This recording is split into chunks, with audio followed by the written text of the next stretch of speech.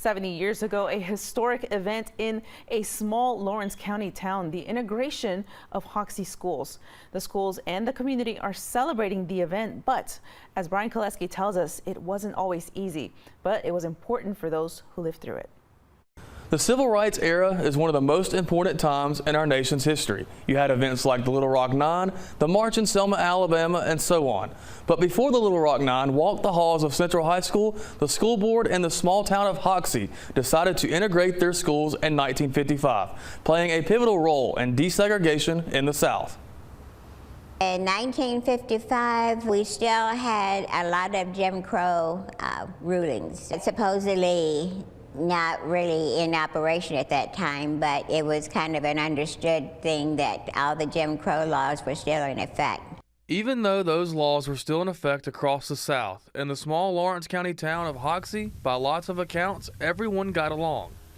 Everybody pretty much had the same economic perspective. Everybody was looking at the same side of the coin. Those students and those families lived relatively close to each other. The atmosphere was friendly. The kids played together. The blacks and the whites neighbored.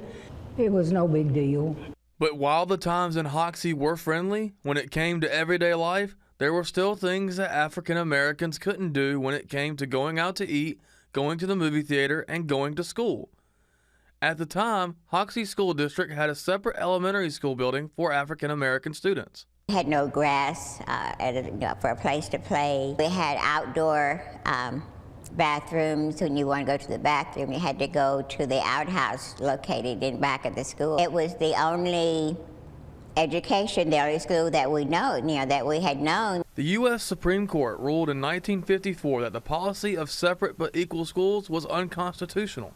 On July 11, 1955, the Hoxie School Board made the decision to integrate its school to comply with the Supreme Court ruling.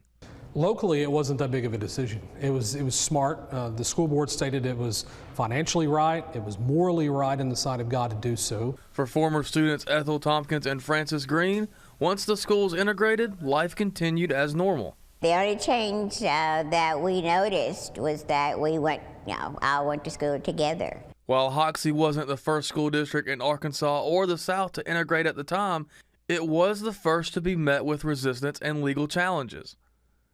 A national article by Life magazine gained the attention of segregationists outside the small community. The White Citizens Council, along with some other groups of pro-segregationists and some of those not in Hoxie but in the county and surrounding counties, once the Life magazine article came out and hit the shelves, everybody saw it, everybody read it, and realized this is a big deal. Some of the neighbors, some of the people on what we would call the other side of the track, so to speak, they became a bit concerned because of the threatened violence. They were not necessarily opposed to school integration.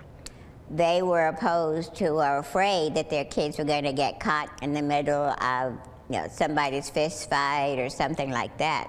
The segregationists not only tried to intimidate the school board through threats, but also tried to block the school board's decision through the court system. The school board stood firm and by its decision. In 1956, and the 8th Circuit Court of Appeals struck down the segregationist injunction. Where are you going to find 5 school board members that are going to stick together in spite of being threatened? They were the ones that took all of the hate mail and the following and everything. But they were not intimidated, that they did stand their grounds and that they refused to back down. To me, that was one of the biggest things in the whole story. Tompkins became the first African American student to graduate from the Hoxie School District in 1961. Green became a teacher at Hoxie. At the time, neither knew the significance of what was taking place until years later. While their perspectives of the story were different, they came together to help keep it going through years of research. To know that I am able to pass along history to the community, to let people know that, hey, we are a small town, however, we're part of history. Hoxie's case paved the way for other schools to integrate across the South, as their court case was referenced to justify integration.